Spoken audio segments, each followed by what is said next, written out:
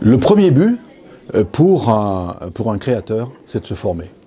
C'est de se former, et ici on a la chance, ici à Thiers,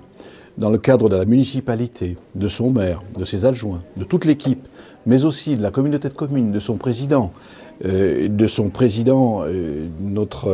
notre sénateur maire, eh bien d'avoir fait cet ensemble-là pour pouvoir bien comprendre qu'aujourd'hui il y a une jeune génération qui doit aussi construire et essayer de créer son entreprise. Ici, nous sommes dans un local où effectivement il y a des salles de formation, il y a 32 salles apparemment, et puis on voit qu'il y a vraiment des échanges qui peuvent se faire, et je crois que c'est déjà l'ambiance qui compte. Et là on est vraiment dans une ambiance qui a été mise à disposition par la municipalité,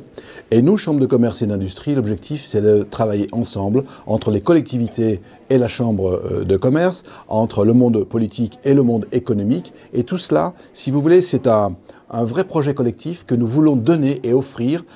aux jeunes générations, à tous ceux qui veulent bien demain créer leur entreprise. Et c'est vraiment là ce que je voudrais que l'on souligne, cette vraie réalité économique et politique qui permet à chacune et à chacun de pouvoir trouver son avenir dans la création d'entreprise.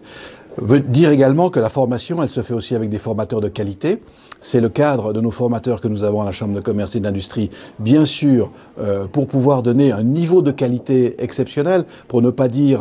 de haut niveau, mais aussi accompagné avec Pôle emploi, qui est vraiment un véritable outil pour nos créateurs. Et puis, au-delà de tout ça, bien sûr, tout le personnel et les collaborateurs de ce service économique de la ville de Thiers, qui permet, bien entendu, à donner toutes les chances et la réussite des projets de chacun. Certes, les projets sont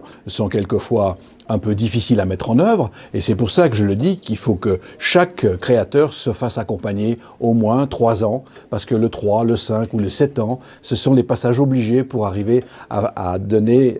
je dirais, à son entreprise une pérennité dans le temps. Donc véritablement, moi je pense que cette association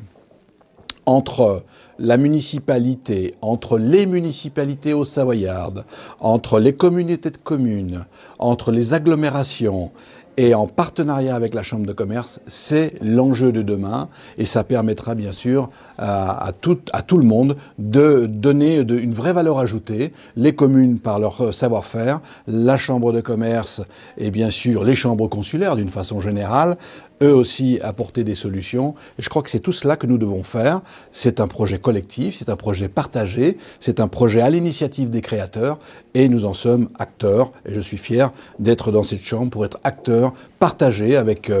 bien sûr Monsieur Catala, maire de Thiers, et puis bien sûr Loïc Hervé, sénateur, maire de Marnat, président de la communauté de communes, et c'est comme ça que je vois l'avenir.